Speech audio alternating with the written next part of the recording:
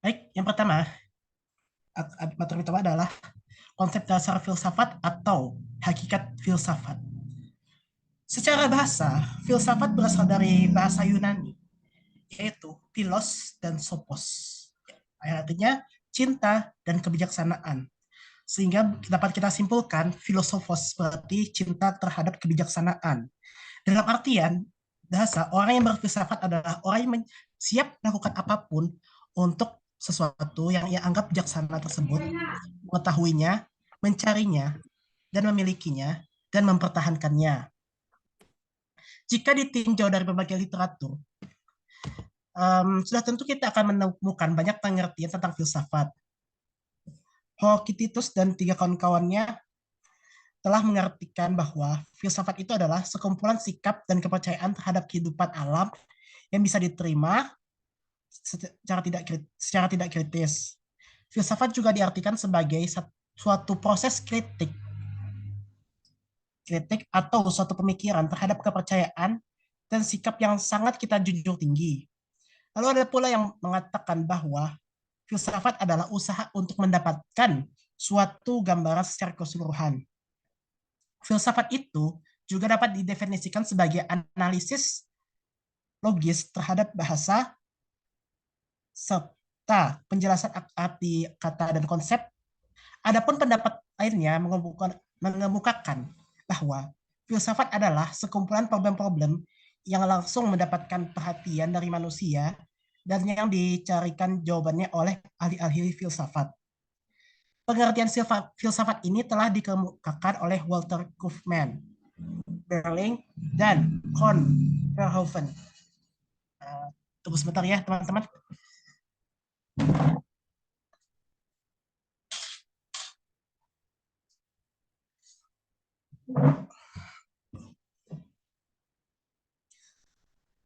Seperti tadi. Ya. Menurut Berling, pengertian filsafat adalah pemikiran yang bebas, diilhami oleh rasio mengenai segala sesuatu yang muncul dari pengalaman-pengalaman atau experience.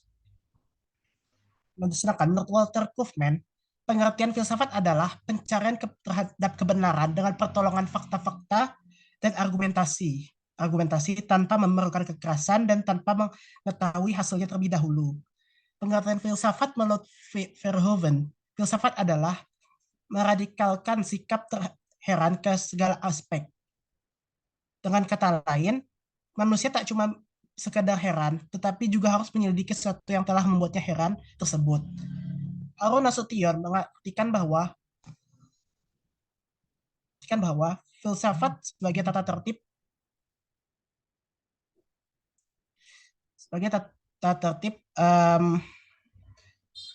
atau logika dengan bebas dan tidak terikat pada tradisi dan dogma dan agama dengan sedalam-dalamnya sehingga sampai ke dasar-dasar dari persoalan. Jadi kita dapat artikan filsafat adalah pengetahuan yang membahas segala sesuatu yang secara rasional, universal, kritis, serta spekulatif. Selanjutnya, latar belakang filsafat yang akan dibacakan oleh Nisaul. Kepada Nisaul, kita persilahkan. Baiklah, terima kasih kepada moderator. Latar belakang filsafat, munculnya filsafat. Dalam menghadapi seluruh kenyataan hidupnya, manusia senantiasa terkagum atas apa yang dilihat.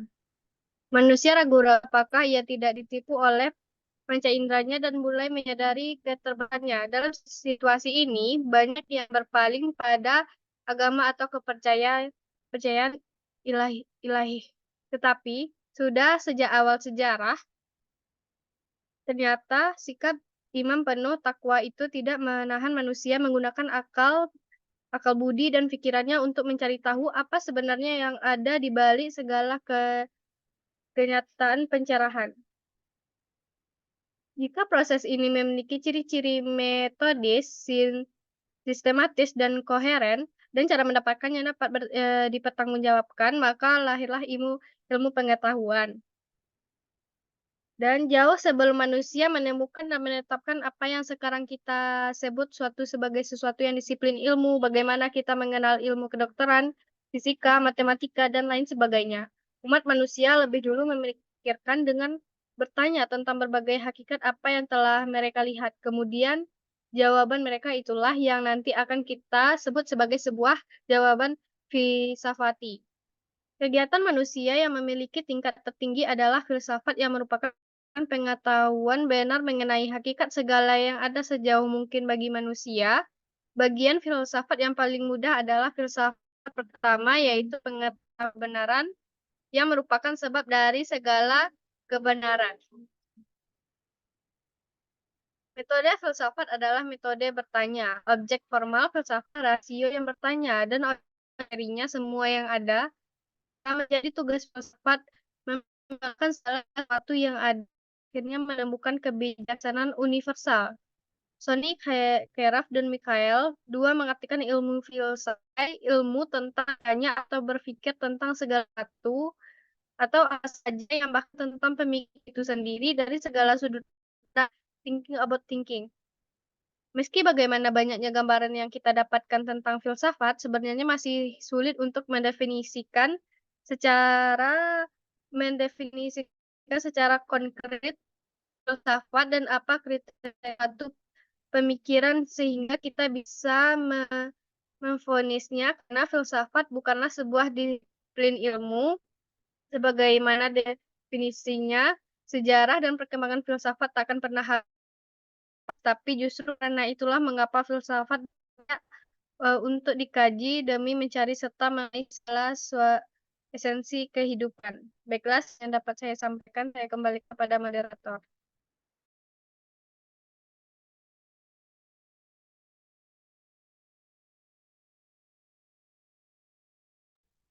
Baik, terima kasih kepada Anissa Hanifah. Selanjutnya, sebentar ya.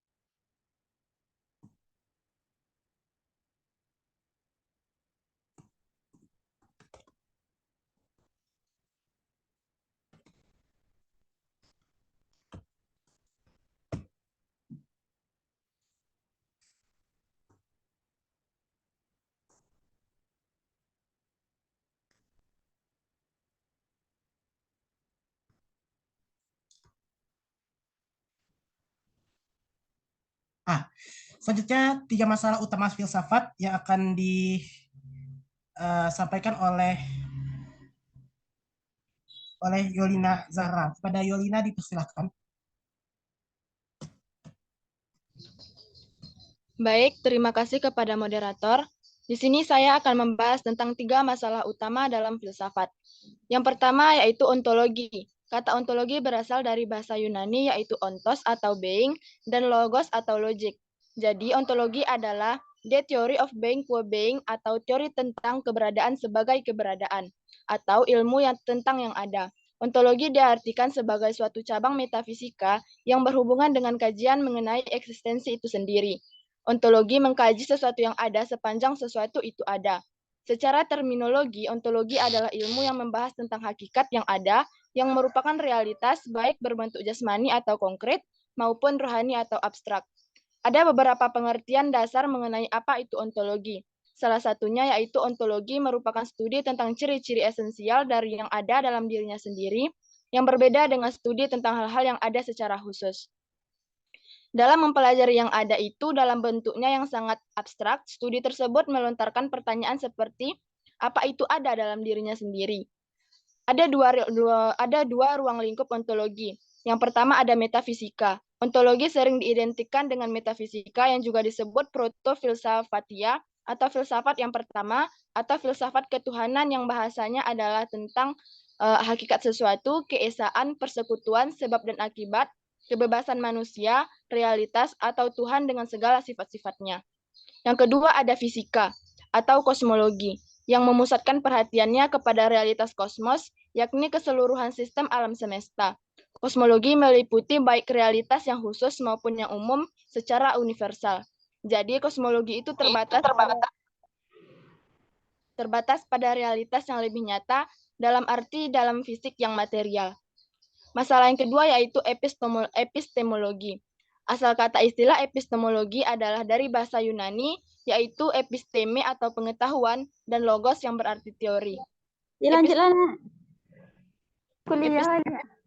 Epistemologi adalah suatu kajian atau teori filsafat mengenai esensi pengetahuan.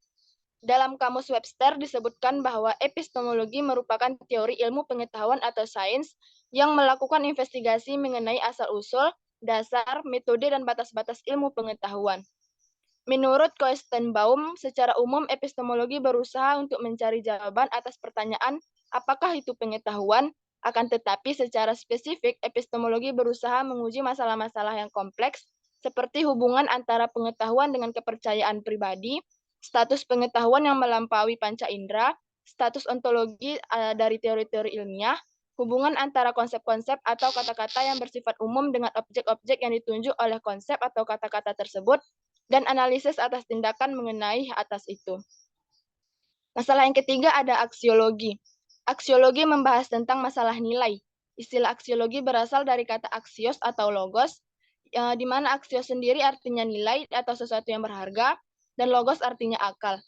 Aksiologi artinya teori nilai, penyelidikan mengenai kodrat, kriteria, dan status metafisik dari nilai. Secara garis besar, aksiologi dibagi menjadi dua bidang. Yang pertama yaitu etika. Pada hakikatnya adalah kajian tentang hakikat moral dan keputusan atau kegiatan menilai. Etika sebagai suatu prinsip atau pandangan mendasar bagi perilaku manusia.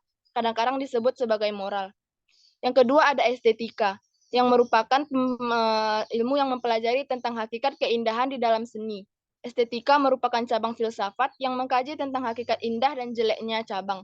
Cabang estetika itu membantu mengarahkan dalam membentuk suatu persepsi yang baik dari suatu pengetahuan ilmiah agar ia dapat dengan mudah dipahami oleh khalayak luas.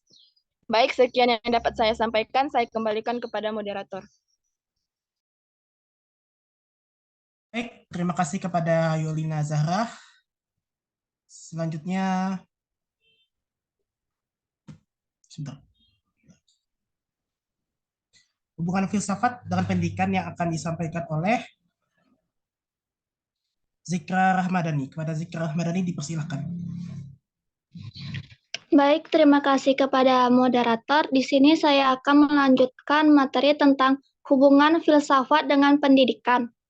Filsafat dan pendidikan yaitu dua hal yang tidak dapat dipisahkan, baik dilihat dari proses, jalan, maupun tujuan.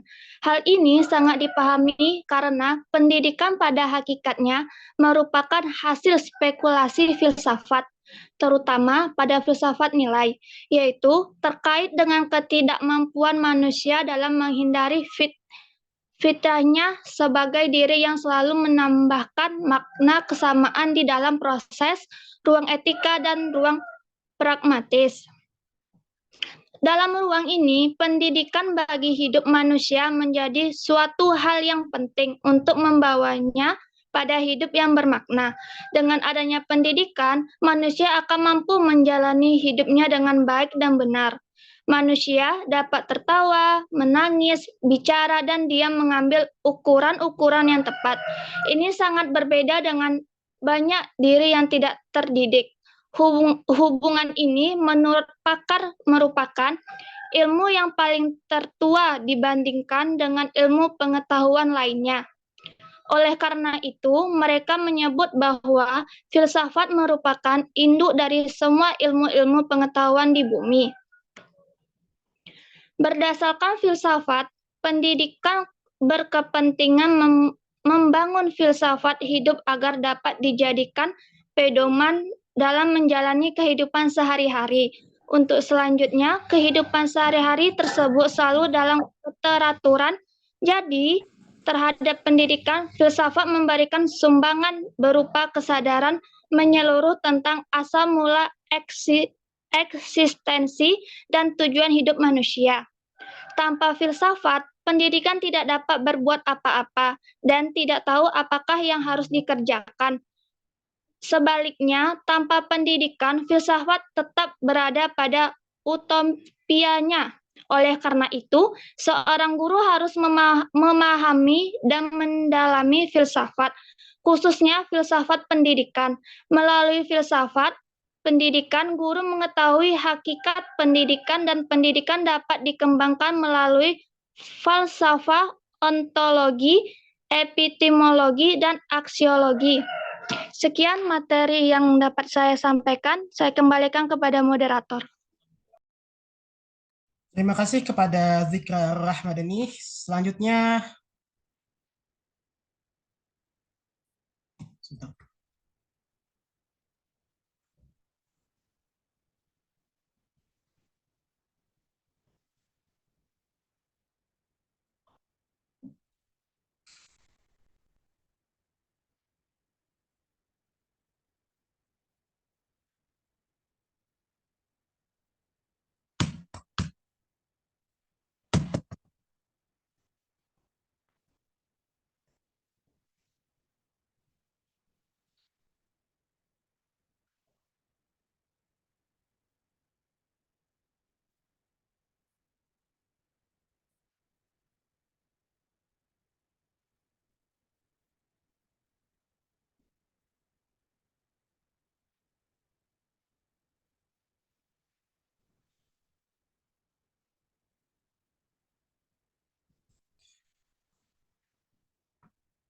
Penggunaan dan manfaat mempelajari filsafat yang akan disampaikan oleh Hamizatul Zahra. Kepada Hamizatul dipersilakan. Assalamualaikum warahmatullahi wabarakatuh. Waalaikumsalam warahmatullahi wabarakatuh. Terima kasih kepada moderator telah memberikan kesempatannya kepada saya. Selanjutnya saya akan menjelaskan materi tentang kegunaan atau manfaat mempelajari filsafat. Dalam sejarah, Auguste Comte sebagai pendiri aliran positivisme, ia telah menganggap bahwa filsafat itu adalah sebagai pengetahuan yang tidak bermakna. Nonsense artinya tidak tercapai dan tidak perlu dikaji atau dipelajari. Dari sini, maka orang-orang akan bertanya, apakah sebenarnya kegunaan dari filsafat ini? Ada pula yang memandang filsafat itu sebagai sumber segala kebenaran, yang mengharapkan dari filsafat sebagai sumber bagi segala kebenaran, yaitu kebahagiaan yang tulen dan jawaban atas segala pertanyaan-pertanyaan hidup. Ada pula yang telah menganggap filsafat itu tidak lain daripada obrolan belaka, yang sama sekali tidak ada gunanya bagi kehidupan sehari-hari. Yang meragu-ragukan pada kebanyakan orang itu adalah banyaknya pendapat yang dikemukakan oleh para ahli mengenai filsafat ini. Pendapat-pendapat ini juga sering bertentangan antara yang satu dengan yang lainnya, serta juga bisa membingungkan pelajar filsafat. Sebenarnya, dengan belajar filsafat, ini semakin menjadikan orang mampu untuk menangani berbagai pertanyaan mendasar manusia yang tidak terletak di dalam wewenang metodis ilmu-ilmu khusus lainnya. Kemampuan ini juga dipelajari dari dua cara. Yang pertama yaitu sistematis dan yang kedua adalah historis. Filsafat ini juga mengemukakan bahwa kebenaran filsafat sebagai pengetahuan, ia akan memberi kepuasan kepada keinginan manusia akan pengetahuan yang tersusun dengan tertib. Untuk kebenaran, tetapi di sini telah diterangkan bahwa arti filsafat ini lebih luas daripada ia hanya memberikan teori. Kegunaan filsafat ini secara teoretik yaitu sebagai sumber pengetahuan lain. Artinya filsafat ini membantu kita untuk membuat definisi, pemersatu sebagai penafsiran yang terdalam, serta ada juga kegunaan filsafat ini secara praktik, yaitu sebagai pendorong berpikir kritis, dan juga sebagai alat pembangun kehidupan yang manusiawi. Menurut Burhanuddin Salam, filsafat ini mempunyai kegunaan, yaitu melatih diri untuk berpikir dengan kritis dan runtut, serta menyusun hasil pemikiran tersebut secara sistematis.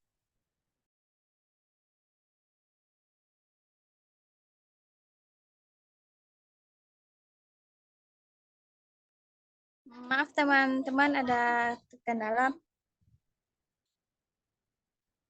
Menurut Burhanuddin Salam, filsafat ini mempunyai kegunaan yaitu untuk melatih diri untuk berpikir dengan kritis dan runtut, serta menyusun hasil pemikiran secara sistematis, serta menambah cara pandang atau cakrawala kita yang lebih luas, dan agar kita tidak berpikir secara sempit atau monoton.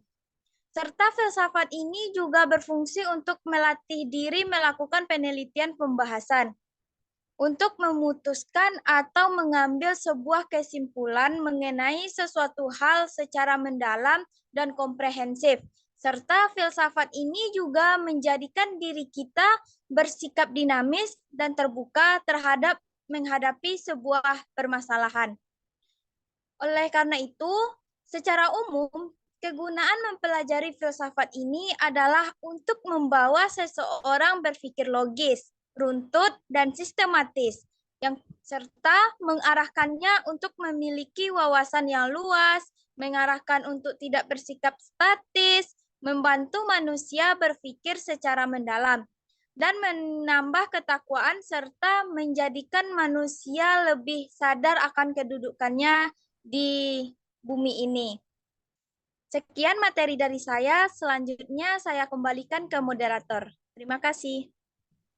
Baik, terima kasih kepada Hamizatul Zahra atas presentasi yang telah diberikannya. Selanjutnya kita akan masuk kepada sesi penambahan materi atau kritik dan saran. Silakan raise hand bagi teman-teman.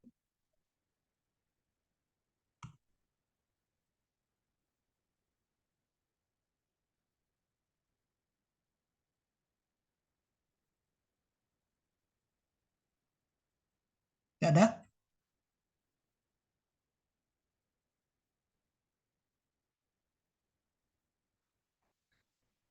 Yuk lagi kembali, apakah ada teman-teman yang hendak menambahkan materi atau kritik saran?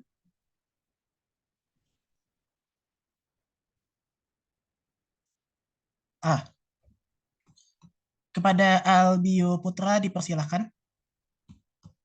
Baik, terima kasih kesempatannya moderator. Perkenalkan, nama saya Albio Putra dengan NIM 21129161 dari jurusan Pendidikan Guru Sekolah Dasar. Izin sedikit menambahkan materi, yaitu mengenai objek dari filsafat. Di dalam filsafat ada dua objek. Yang pertama itu ada objek material dan yang kedua itu ada objek formal. Yang pertama, pada objek material, filsafat mencakup segala hal, baik hal-hal yang bersifat konkret maupun yang tidak konkret, atau hal-hal yang nyata maupun hal-hal yang abstrak ataupun tidak nampak. Objek material ini mencakup segala sesuatu yang ada dan yang mungkin ada, baik material konkret, fisik. Sedangkan objek non-material meliputi hal-hal abstrak dan fisikis, termasuk juga objek non-material ini adalah pengertian abstrak logis, konsepsional, spiritual, nilai-nilai, dan lain-lainnya. Objek material filsafat ini banyak yang sama dengan objek material sains, namun bedanya kalau sains itu menyelidiki objek material yang empiris, sedangkan filsafat menyelidiki objek yang memang tidak dapat diteliti oleh sains.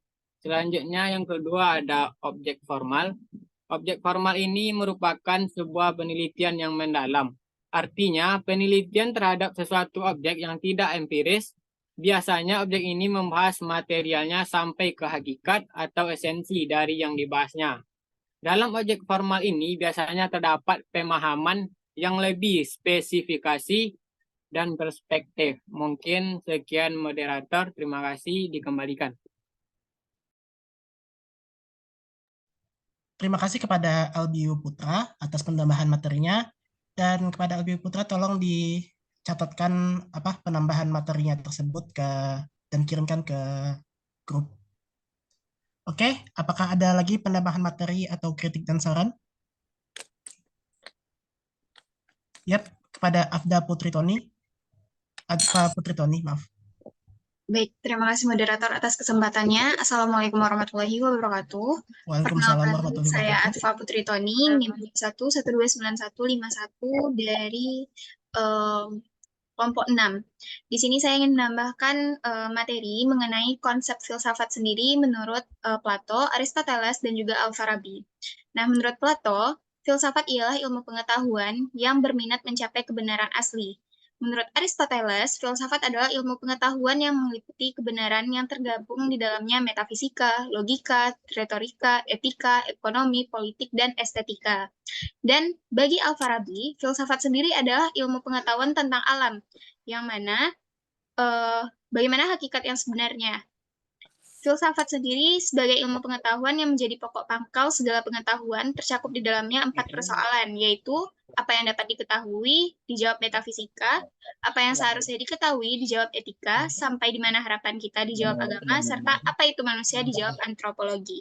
Sekian tambahan materi dari saya kembalikan kepada moderator. Baik, terima kasih kepada Atfa Putri Toni atas penambahan materinya, dan tolong silahkan ketikkan penambahan materinya di grup. Terima kasih. Selanjutnya, apakah ada lagi penambahan materi, kritik saran? Kita buka yang terakhir.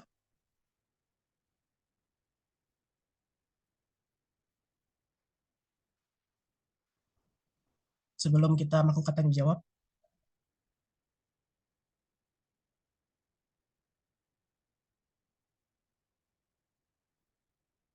Tidak ada?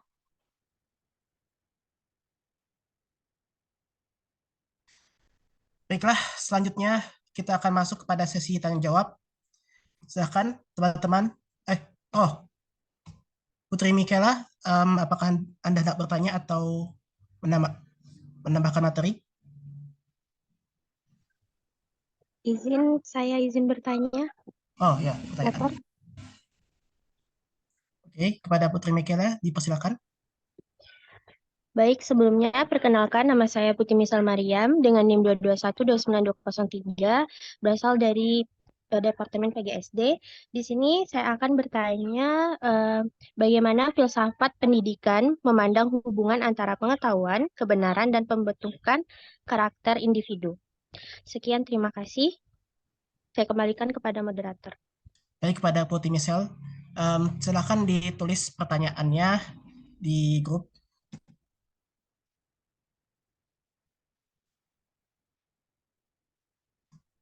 Di grup WA. Terima kasih. Ada lagi yang hendak bertanya?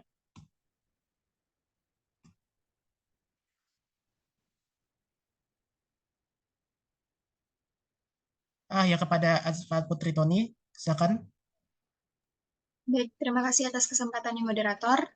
Saya Atfa Putri Toni, NIM 221-29151, izin bertanya. Pertanyaan saya, bagaimana filsafat sendiri menjelaskan perbedaan perilaku yang baik dan buruk? Sekian pertanyaan dari saya kembalikan kepada moderator. Baik, kepada Atfa Putri Toni, terima kasih. Silahkan dituliskan pertanyaannya di grup. Dan penambahan materi tadi yang telah Anda sampaikan. Selanjutnya kita buka pertanyaan ketiga dan yang terakhir. Silakan. Oke, kepada Nisa Ulbanur Hafizah dipersilakan pertanyaan yang terakhir. Baik, terima kasih moderator. Perkenalkan, nama saya Nisa Ulbanur Hafizah, NIM 2123-1992 dari Departemen PGSD.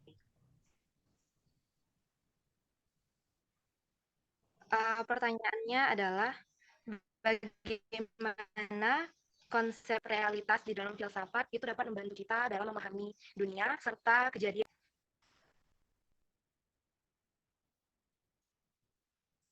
Mohon maaf, bisa diulang lagi pertanyaannya?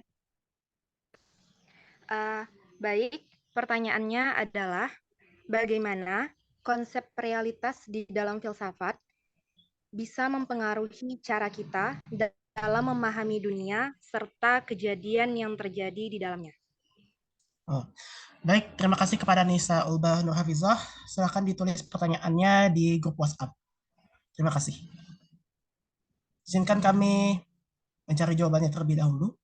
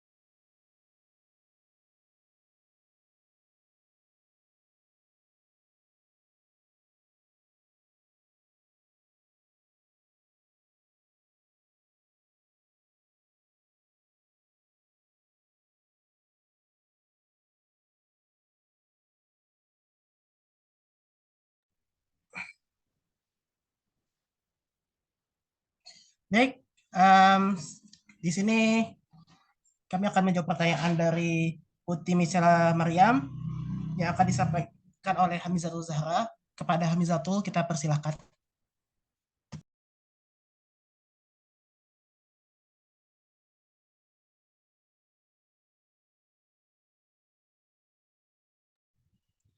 Terima kasih moderator atas kesempatannya. Saya Hamizatul Zahra akan menjawab pertanyaan dari Putri Michelle Mariam. Pertanyaannya adalah, bagaimana filsafat pendidikan ini memandang hubungan antara pengetahuan, kebenaran, dan pembentukan karakter individu? Filsafat pendidikan ini menganggap bahwa pengetahuan itu adalah fondasi dari pembentukan karakter individu.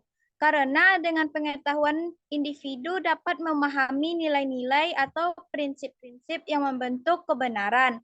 Kebenaran ini merupakan tujuan dari pencarian pengetahuan dan pembentukan karakter individu melalui pendidikan, di mana itu adalah sebuah proses untuk memahami atau menginternalisasi kebenaran tersebut agar kita bisa menerapkannya dalam kehidupan sehari-hari.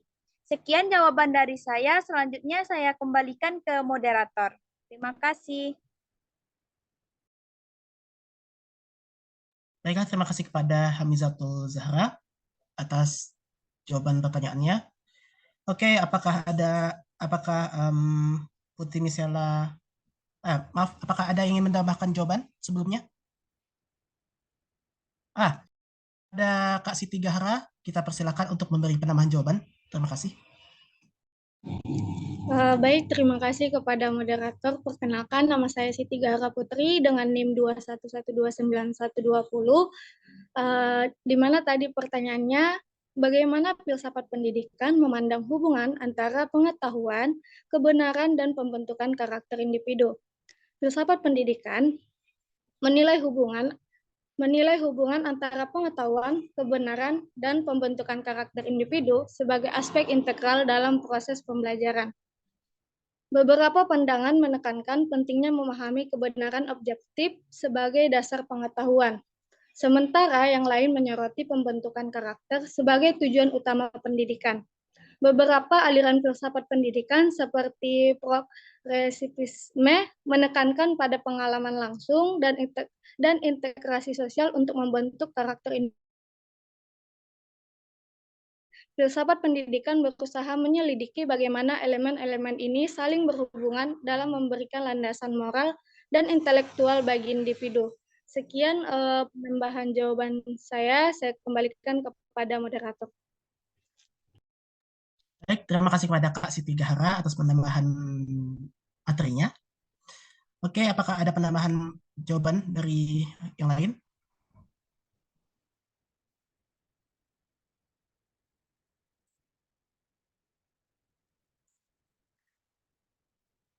Tak ada? Oke, baiklah. Terima kasih kepada Kak Siti Gahara dan Hamizatul Zahra. Apakah Putri Michela telah memahami jawaban yang telah diberikan oleh dua pemberi jawaban tersebut? Baiklah, terima kasih kepada Hamizatul Zahra dan Siti Gahara. Saya sudah memahami jawabannya. Terima kasih. Baik, terima kasih.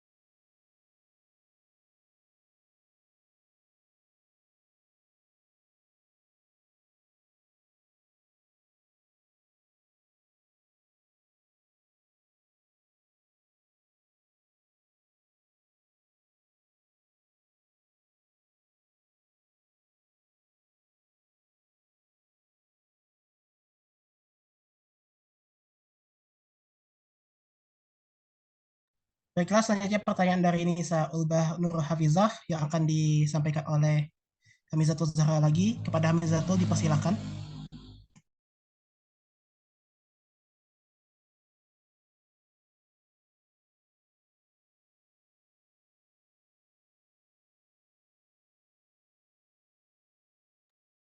Baik, terima kasih moderator. Saya akan menjawab pertanyaan dari Kak Nisa. Pertanyaannya adalah, bagaimana konsep realitas filsafat dapat mempengaruhi pemahaman kita mengenai dunia dan aktivitas di dalamnya? Menurut saya, konsep realitas di dalam filsafat ini tentunya akan mempengaruhi pemahaman kita tentang dunia dan aktivitas di dalamnya. Karena apa? Karena ini tentunya akan memberikan kerangka kerja untuk memahami apa yang nyata, serta bagaimana kita berinteraksi dengan realitas tersebut, dan bagaimana kita memahami keberadaan diri kita dan keberadaan dunia di sekitar kita. Tentunya hal ini dapat mempengaruhi cara kita dalam menghadapi masalah atau memahami masalah yang terjadi serta mengambil keputusan, dan kita juga bisa berinteraksi dengan orang lain atau lingkungan di sekitar kita. Sekian jawaban dari saya. Selanjutnya saya kembalikan ke moderator. Terima kasih. Baik, terima kasih kepada Hamizatul Zahra atas pemberian jawabannya. Apakah ada teman-teman yang tidak menambahkan jawaban dari Hamizatul Zahra? Ya, kepada Bunga Ashifa dipersilahkan. Baiklah, saya Bunga Ashifa dengan NIM 23129300 dari Prodi PGSD akan menambahkan jawaban atas pertanyaan Nisa. Ada beberapa cara di mana konsep realitas dapat mempengaruhi pemahaman kita. Yang pertama yaitu pemahaman tentang keberadaan dan sifat dunia. Konsep realitas mempengaruhi cara kita memahami keberadaan dunia dan sifat-sifatnya. Misalnya dalam pandangan idealisme, realitas dianggap sebagai konstruksi mental atau ide. Sedangkan dalam pandangan materialisme, realitas dilihat sebagai entitas fisik yang independen dari pikiran. Yang kedua yaitu pendekatan terhadap pengetahuan dan kebenaran. Konsep realitas juga mempengaruhi cara kita melihat pengetahuan dan kebenaran. Bagi idealis, kebenaran mungkin berhubungan dengan kesesuaian dengan ide atau konsep manual. Sedangkan bagi materialis, kebenaran mungkin lebih terkait dengan kesesuaian dengan fakta-fakta empiris yang teramati. Yang ketiga yaitu pengaruh terhadap persepsi dan pengalaman. Konsep realitas dapat mempengaruhi persepsi dan pengalaman kita tentang dunia. Misalnya, seseorang yang percaya pada realitas objektif mungkin cenderung melihat dunia secara lebih kaku dan independen. Sementara, seseorang yang menganut pandangan realitas subjektif mungkin lebih terbuka terhadap interpretasi dan pengalaman yang berbeda-beda. Yang keempat yaitu implikasi pada tindakan dan etika. Pemahaman tentang realitas juga dapat memiliki implikasi pada tindakan dan etika kita. Misalnya, pandangan determinisme tentang realitas dapat menyeratkan bahwa tindakan manusia telah ditentukan oleh sebab-sebab tertentu. Sementara, pandangan kebebasan akan menekankan peran kehendak bebas dalam mengambil keputusan. Baiklah, sekian tambahan jawaban dari saya. Terima kasih. Dikembalikan kepada moderator. Baik, terima kasih kepada Bunga Ashifa atas bahan materinya. Apakah ada lagi yang tidak menambahkan jawaban?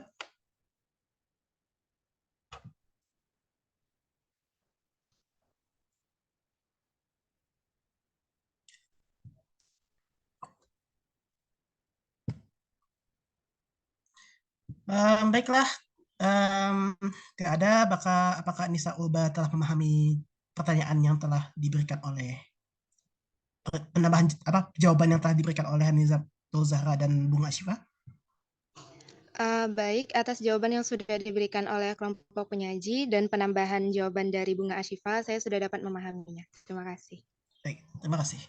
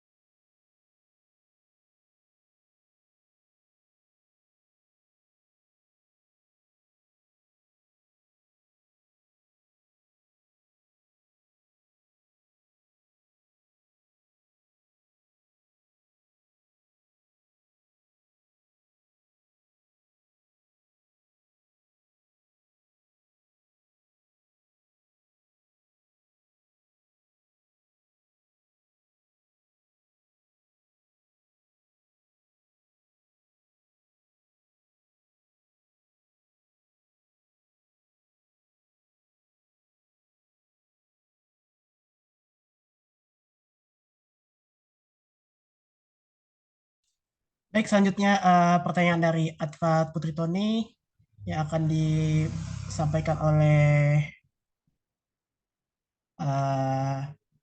Yulina. Kepada Yulina dipersilakan. Baik, terima kasih kepada moderator. Di sini saya akan mencoba menjawab pertanyaan dari Adva Putri Toni, yang mana pertanyaannya yaitu bagaimana filsafat menjelaskan perbedaan perilaku yang baik dan yang buruk.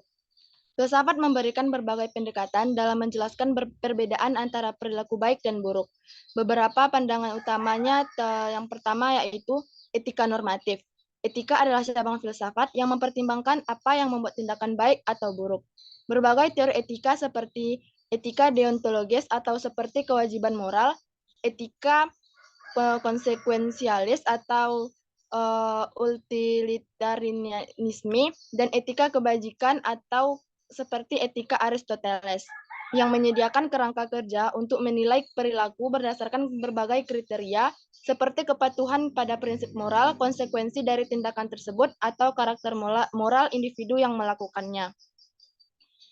Yang kedua yaitu metafisika, yang membahas sifat dan asal-usul nilai moral dan konsep baik dan buruk. Pertanyaan seperti apakah nilai-nilai moral itu objektif atau relatif, apakah ada kebenaran moral yang absolut, atau bagaimana kita dapat mengetahui nilai-nilai moral ini. Semuanya menjadi perhatian dalam metafisika. Yang ketiga yaitu filsafat politik, di mana filsafat politik ini akan mempertimbangkan struktur dan fungsi masyarakat, serta peran individu di dalamnya.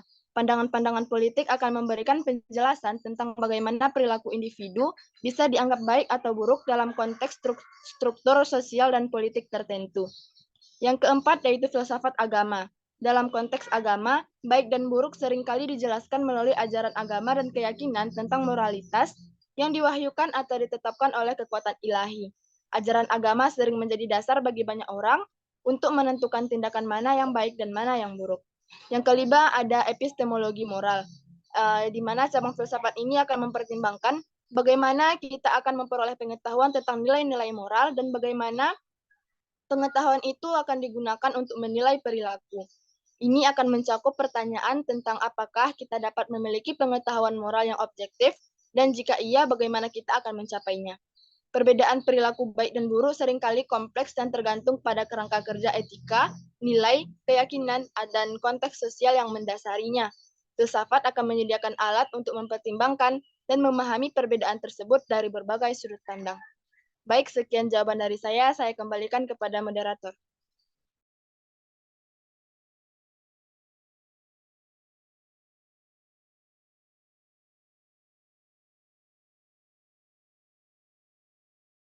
Terima kasih kepada Yulina Zahra. Apakah ada penambahan materi? Penambahan jawaban? Ya, kepada Tessa Amelia Putri dipersilakan. Baik, terima kasih kepada moderator. Perkenalkan, saya Tessa Amelia Putri dengan NIM 21129491. Izin sedikit menambahkan jawaban dari pertanyaan Adva, yang mana pertanyaannya, bagaimana filsafat menjelaskan perbedaan perilaku yang baik dan buruk? Dalam filsafat, konsep baik dan buruk membahas tentang nilai moralitas manusia. Etika adalah cabang filsafat yang membahas tentang nilai baik buruk. Pembahasan secara filsafat berarti pembahasan secara rasional. Etika diperoleh dari pemikiran manusia tentang sesuatu yang baik dan yang buruk, sehingga dapat dipahami bahwa etika berarti pendapat atau perbuatan yang secara layak dapat dikatakan benar, salah, atau baik buruk. Konsep baik dan buruk dalam teologi Asy'ariyah dan Mu'tazilah terdapat persamaan dan perbedaan. Persamaannya adalah kedua mazhab tersebut sepakat bahwa perbuatan yang dikatakan baik apabila sesuai dengan perintah Tuhan, dan perbuatan yang dikatakan buruk apabila bertentangan dan melanggar perintah Tuhan dan melarang apa yang dilarang Tuhan. Sekian penambahan jawaban dari saya kembalikan kepada moderator. Terima kasih kepada Tessa Amelia Putri. Apakah ada lagi penambahan jawaban? Tidak ada. Baiklah, kita kembalikan kepada Adva Putri Toni. Apakah telah Pak memahami jawaban yang telah diberikan Tessa dan Yulina? Baik, terima kasih moderator. Untuk jawaban dari kelompok penyaji sudah bisa diterima, dan terima kasih juga untuk tambahan jawaban dari Tessa Amelia Putri. Jawabannya juga sudah bisa saya pahami. Saya kembalikan kepada moderator. Baik, terima kasih terima kasih teman-teman semuanya. Selanjutnya penambahan materi kepada Pak Zel Hendrizen. Kepada Bapak dipersilakan.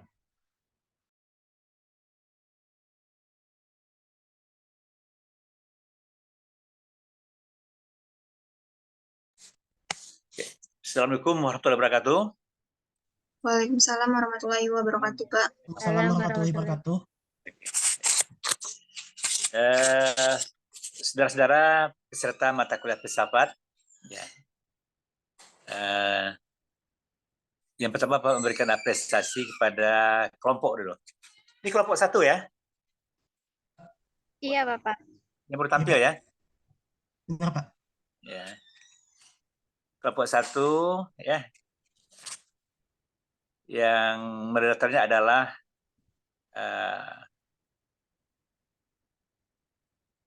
Abi Putra ya.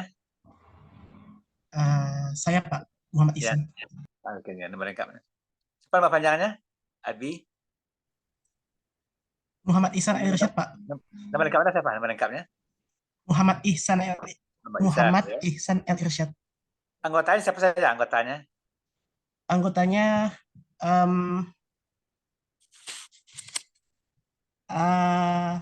Hamizatul Zahra, Zikra Rahmadani, Yulina Zahra, Nisal Hanifah. Oke. Nah, ya. Jadi kelompok 1 ya, Bapak nilai adalah semua anggotanya aktif gitu. Nah, jadi betul-betul sudah siap. Nah, kemudian juga sudah diberikan masukan-masukan tambahan materi oleh forum ya. Dan ini Bapak catat ini, siapa yang menambahkan materi, siapa yang bertanya, dan siapa yang menambahkan jawaban gitu. Nah, jadi diskusi ini memang seperti itu. Nah, bagaimana misalnya kelompok bisa memancing atau menarik minat daripada forum sehingga punya respon ya. Nah, ada aktivitas untuk bertanya, untuk menjawab pertanyaan. Jadi sekolahnya apanya aktivitas hidup gitu. Kelasnya hidup. Nah, ini yang diharapkan. Nah, saudara-saudara, yang pertama saya sampaikan dulu kepada kelompok. Nah, berdasarkan masukan-masukan yang disampaikan oleh forum tadi, nah sebaiknya itu mohon ditambahkan di dalam makalah. Ya, moderator ya. Nah, mana yang relevan ditambahkan ya. Nah, yang kedua, termasuk juga mohon dibikin berita acara diskusi. Nah, apa isinya? Isinya adalah yang pertama, jumlah peserta yang hadir dalam diskusi. Sekarang berapa jumlahnya, moderator? 36 atau 37? Ada kedengaran suara Bapak? 35 peserta, Pak. Iya, berapa jumlahnya? Kalau Bapak lihat di sini 36 ya. 37 dengan Bapak.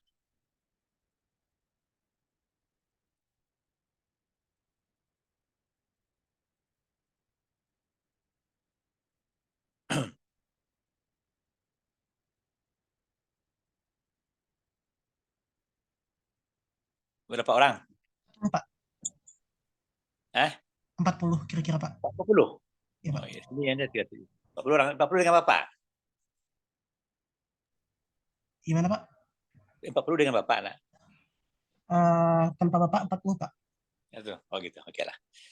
Nah, di samping nanti itu diserahkan makalah dalam bentuk hard copy, ya. Kemudian dilampirkan berita acara. Berita acara itu isinya adalah yang pertama jumlah peserta yang hadir dalam diskusi. Yang kedua nama-nama yang menambahkan materi. Yang ketiga adalah nama-nama yang bertanya. Yang keempat adalah nama-nama yang memberikan jawaban. Di samping kelompok juga forum ya yang menambahkan jawaban ini maksudnya. Nah itu harus dibuat dan dilampirkan pada makalah. Jadi berita acara. Nah, untuk apa gunanya? Supaya nanti Bapak bisa pedoman nanti sebagai pedoman untuk membuat nilai akhir. Ya. Ada mahasiswa ini jawabannya bagus, UAS-nya bagus, UTS-nya bagus, tapi dia tidak aktif. Ya, Bapak lihat di Pak Cek tidak ada dia bertanya, tidak ada ikut memberikan jawaban, tidak pernah memberikan masukan. Nah ini aktivitasnya kurang. Nah ini nilai UTS atau UAS, nah, itu bisa kurang. Nah harusnya mendukung. UTS-nya bagus, UAS-nya bagus, aktivitasnya bagus, ya bertanya sebagai dia aktif itu ya, nah, ini yang bagus. Nah, karena dalam komponen penilaian itu, komponen akhir itu ada nilai UTS, ada nilai UAS, ada tugas ringkasan yang dibuat itu, ada studi kasus namanya, studi kasus ya, aktivitas. Kini Anda membuat ringkasan, kemudian ada proyek, ya. Proyek based learning. Nah, itu mungkin dapat dianalogikan kepada makalah-makalah yang dibuat. Ya. Jadi kalau aktivitasnya kurang, tugasnya kurang, itu kurang nilainya. Nah, ini maka Pak sampaikan dari awal nih, mumpung kita baru bertemu kedua, ya. Nah, itu. Lalu berikutnya, tentu sekarang hari Selasa. Selasa depan atau di sini, pokoknya apalah minggu ini, mohon pelambat hari Jumat lah, mohon ketua atau anggota kelompok menyerahkan kepada Bapak hard copy makalah yang sudah diperbaiki bersama berita acara. Ya, oke, moderator. Berikan sama Pak sebelum hari Jumat ya. Nah, baik Pak. Kepada kelompok 2 minggu depan itu hendaknya mohon diberikan makalahnya ke Bapak dalam bentuk hard copy pada hari Senin. Senin. Sekarang kan baru hari Selasa sekarang kan, Rabu besok memilih ya. Kamis tentu saya apa ya, berdiskusi lah, bikin makalah. Ini tentu kelompok 2 ya. Baru di Senin berikan hard copy kepada Bapak. Ada jelas semuanya, saudara? Izin bertanya, Pak. Ya. Diberikannya ke lantai berapa, Pak? Di VIP, Pak? Satu-satu. Bapak di apa? Dan Pak di kata Bapak di Prodi Teknologi Pendidikan. Nanti masuk sana, tanya aja sama Bapak di sana. Mana ruang Bapak Zen gitu. Ya. Baik, Pak. Nah, mohon diserahkan ya. Nah, gitu. Nah, bagi kelompok yang sudah tampil ke satu, hari Kamis paling lambat itu sudah diserahkan makalah yang sudah perbaiki dalam bentuk hard copy bersama berita acara. Lalu pada hari Senin, itu kelompok yang mau tampil, itu kelompok 2, itu sudah menyerahkan kepada Bapak makalah dalam bentuk hard copy. Ya. Di sebelum diskusi, Bapak sudah membaca makalahnya. Gitu. Itu maksud Bapak. Seperti itu. Nah, kemudian kepada forum yang sudah aktif bertanya, memberikan masukan, ya, yang aktif menjawab pertanyaan, Bapak memberikan terima kasih. Ya. Nah, ini yang kuliah itu seperti itu ya, tidak hanya diam tapi ikut memberikan pertanyaan, memberikan masukan, gagasan, ide-ide ya yang berkaitan dengan masalah kuliah. Nah, kemudian Bapak sampaikan juga supaya untuk memperkaya wawasan saudara ya. Ada sudah jadi buku, dibaca buku yang Bapak buat dulu, buku filsafat pendidikan. Saudara? Moderator? Ada dibaca buku Bapak? Sudah Pak. Hah? Kan tadi Bapak WA dulu kan? Iya Pak. Masih belum dicari ya. Kalau tidak, kopi buku itu bersama Bapak ada tolong di kopi. Karena buku itu sudah disusun sesuai dengan silabus. Ya. Silakan di kopi ya, Bapak berikan kopi 1/2 apa. Atau jika kalau mau beli, misalnya juga boleh gitu kan. Mana yang mau berminat ya. Tidak dengar apa-apa juga. Atau lihat di Anggrek kalau ada, di seri Anggrek ya, seri Anggrek, atau di Gramedia, nah, balik sana. Atau secara mau di jurusan ada beberapa yang masih yang tinggal. Ini tambahan ya, itu buku wajib, buku utama. Nah, sehingga saya nanti bisa membuat ringkasan ya, atau membuat makalah. Oke? Baik, Pak. Nah, mata kuliah filsafat itu adalah mata kuliah yang sangat penting. Ya, materinya dipahami oleh calon pendidik. Mengapa begitu? Karena filsafat itu adalah memberikan pola berpikir, ya, membentuk pola berpikir yang logis, memberikan pola berpikir yang komprehensif, pola berpikir yang fleksibel. Komprehensif itu artinya ya, satu kesatuan. Jadi orang filsafat itu cara berpikirnya tidak sempit, tapi berpikir secara lapang. Nah, artinya apa? Nah, kalau dia menilai seseorang, dia tidak menilai ya hanya dari satu aspek saja, tapi dia menghubungkan dengan aspek lainnya. Saya contoh, mahasiswa terlambat datang kuliah, lalu dia itu mahasiswa ini pemalas misalnya. Nah, tidak seperti itu. Nah, dia bisa menghubungkan mengapa mahasiswa itu terlambat misalnya. Mungkin karena dia tidak punya kendaraan, dia ada mobil angkot misalnya. Ya, ada alternatif lain jawabannya gitu ya, kemungkinan. Gitu. Jadi guru kalau dia langsung marah mahasiswa terlambat, ini bukan mendidik namanya itu ya. Nah, tentu guru punya juga pertimbangan-pertimbangan. Seperti itu. Jadi orang filsafat berpikirnya adalah fleksibel, berpikirnya lapang. Nah, jadi oleh sebab itu, maka calon pendidik wajib mempelajari filsafat. Karena filsafat itu adalah induknya ilmu pengetahuan. Karena saudara di sini belajar mengenai konsep-konsep dasar berpikir logis.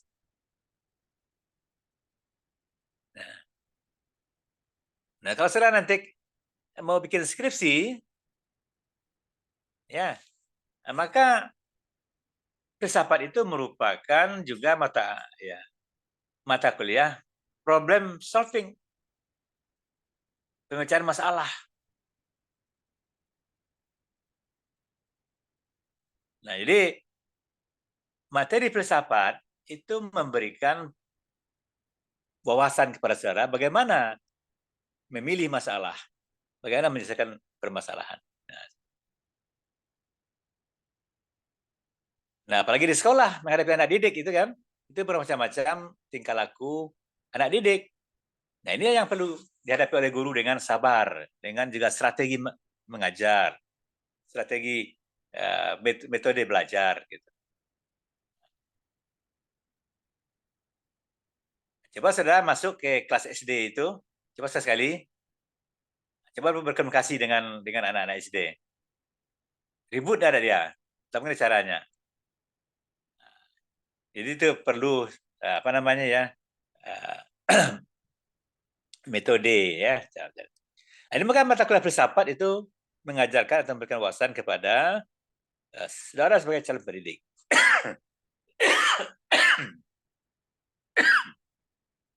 Nah, oleh sebab itu, mohon ya, Bapak harapkan saudara betul-betul belajar dengan baik. Dan membuat ringkasan setiap masuk. Membuat ringkasan itu tidak, membuat ringkasan itu tujuannya adalah bagaimana saudara bisa memahami materi yang akan didiskusikan. sebelum didiskusi sudah membaca. Itu artinya. Sehingga materinya bisa semakin lebih mantap begitu. Itu ringkasan. Nah, bagi yang tidak membuat ringkasan, tentu nilainya rendah. Kosong nilai nanti. Oleh sebab itu, saudara, setiap bikin ringkasan, yang paling banyak, yang minimal 3 halaman itu, nomor lebih, dibuat daftar pustakanya. Nah, apalagi makalah kelompok 1, Abi, itu ada apanya? Ada daftar pustakanya? Ada daftar pustaka? Ada, Bapak. Nah, berapa buah daftar pustakanya? Ya.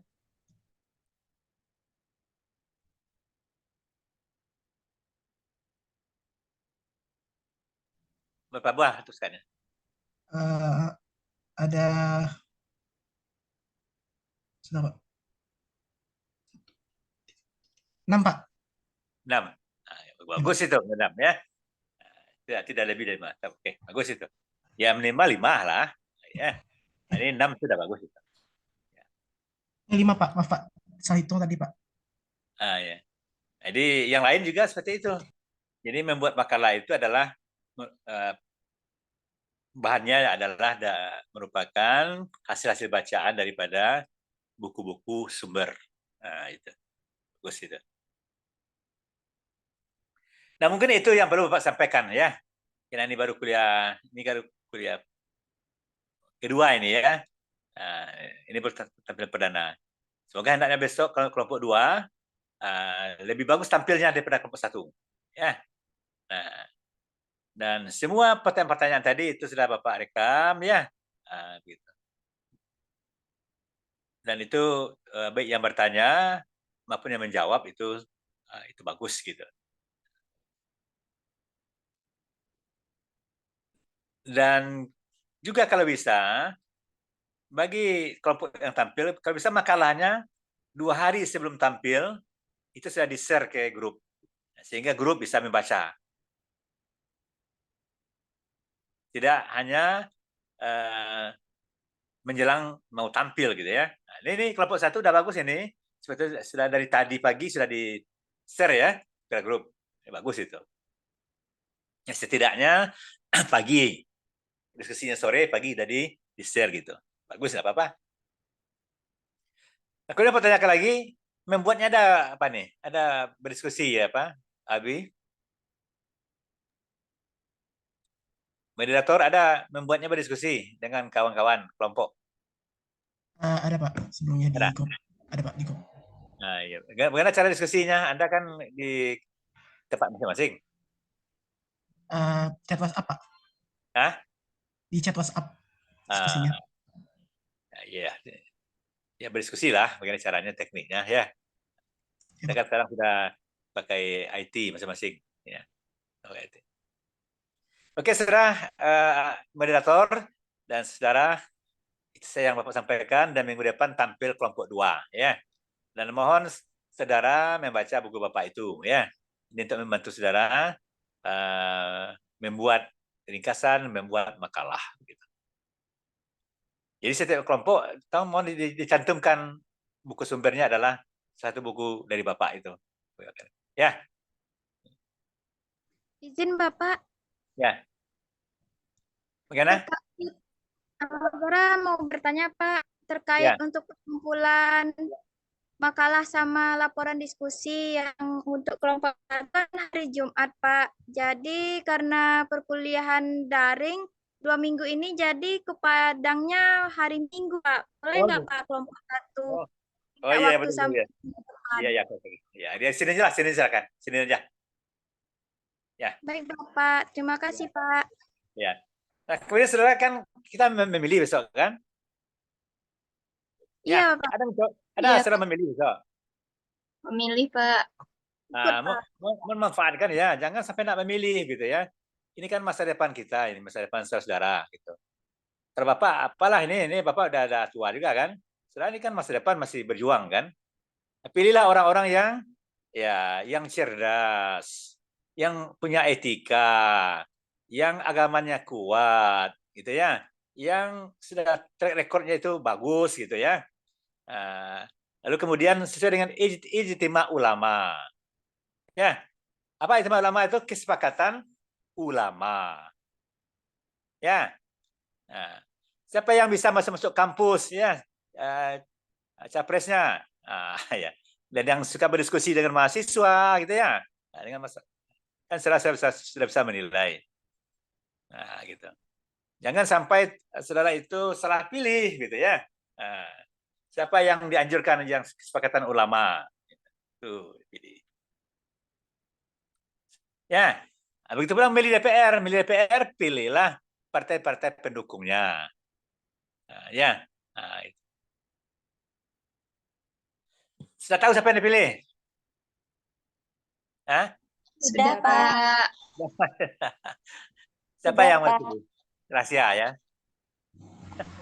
Rahasia. Siapa moderator? Siapa yang mau pilih? Tidak tahu orangnya. Masih rahasia, Pak. Kok masih apa? Rahasia, Pak. Izin, Pak. Ya. Kalau milih itu kan satu, Pak. Kalau 2, 3 tuh harus. Nah, ini yang bagus pertanyaannya. Nggak boleh 2, nggak boleh 3, Pak. Hangus dia, Pak. Yang milih itu satu lah. Ya. Apalagi nomor 1 gitu ya. Itu bagus. Itu cap jempol itu. Itu. Mahasiswa harus apa ya? Harus berpikir dengan apa namanya? Rasional ya. Berpikir objektif. Kita mikir masa depan gitu kan. Gitu. Bagaimana orangnya dikenal ya di forum internasional ya. Oke, saudara ya. Selamat memilih besok. Dan begitulah calon DPR Kota Media, ya, DPR tingkat 1, kemudian DPD, DPR pusat. Inilah yang betul-betul ya jelas partai pendukungnya gitu. Ya udah Bu. Ya apa? Ini Yeza ya. Yeza Fiona. Iya, Pak. Baik, tangan Yeza Fiona, tangannya tadi mana yang apa? Ini, Pak. Itu. Satu ya. Moderator mana moderator? Moderator? Ya Pak. Kan nggak bingung lagi kan? Ya gitu Pak. Masih rahasia Pak. Oke. Jadi berpikir yang cerdas namanya, ya cerdas. Gitu. Oke, moderator. Demikian saja dan saudara yang pada pertemuan sore ini tentu semoga saudara sehat-sehat semuanya dan selamat memilih gitu ya dan menangkan ya dan menangkan calon yang sesuai dengan kesepakatan ulama gitu ya atau orang yang cerdas ya orang bicaranya yang bagus etika gitu. Yang dikenal di dunia internasional. Silakan ditutup moderator. Oke, terima kasih. Assalamualaikum warahmatullahi wabarakatuh. Baiklah, demikianlah penambahan materi. Dengan berakhirnya pula penguatan materi dari Bapak Zen Henry Zen, maka berakhir pula lah pertemuan kita pada sore hari ini. Saya sebagai moderator mohon undur diri dan saya sebagai perwakilan dari kelompok 1, saya mohon maaf apabila ada kesalahan. Baiklah, demikian. Wassalamualaikum warahmatullahi wabarakatuh. Moderator, absen dari sini. Untuk semuanya dari sini absen. Sudah, Pak. Hadir, sudah. Sudah, Pak. Sudah tadi ya. Upload ringkasan sudah. Upload ringkasan. Cleaning sudah. Sudah, Pak. Izin bertanya, Pak. Ya. Untuk kolom upload tugas itu kan ada 2, Pak. Tugas individu, isinya itu kan ringkasan. Yang kedua itu ada tugas kelompok. Berarti kelompok yang tidak tampil dibiarkan merah saja, Pak? Oke. Tugas kelompok yang belum tampil ya, kosong aja ya. Iya, nggak apa-apa kan, Pak? Ya, kosong. Dan yang tampil itu kan kelompok 1 aja. Ya. Yang ada isi adalah ringkasan saja. Ya. Nah, itu. Nggak bisa Rita kelompok berapa? Anda kelompok berapa? Atfa, Pak. Kelompok 6, Pak. 6. Mohon secara nama kelompok Bapak ya. Nama kelompok. Oh, sudah Hah? sudah advisor di grup, Pak, kemarin. Oh, sudah Pak lihat tadi ya. Oke, terima kasih pertanyaannya bagus.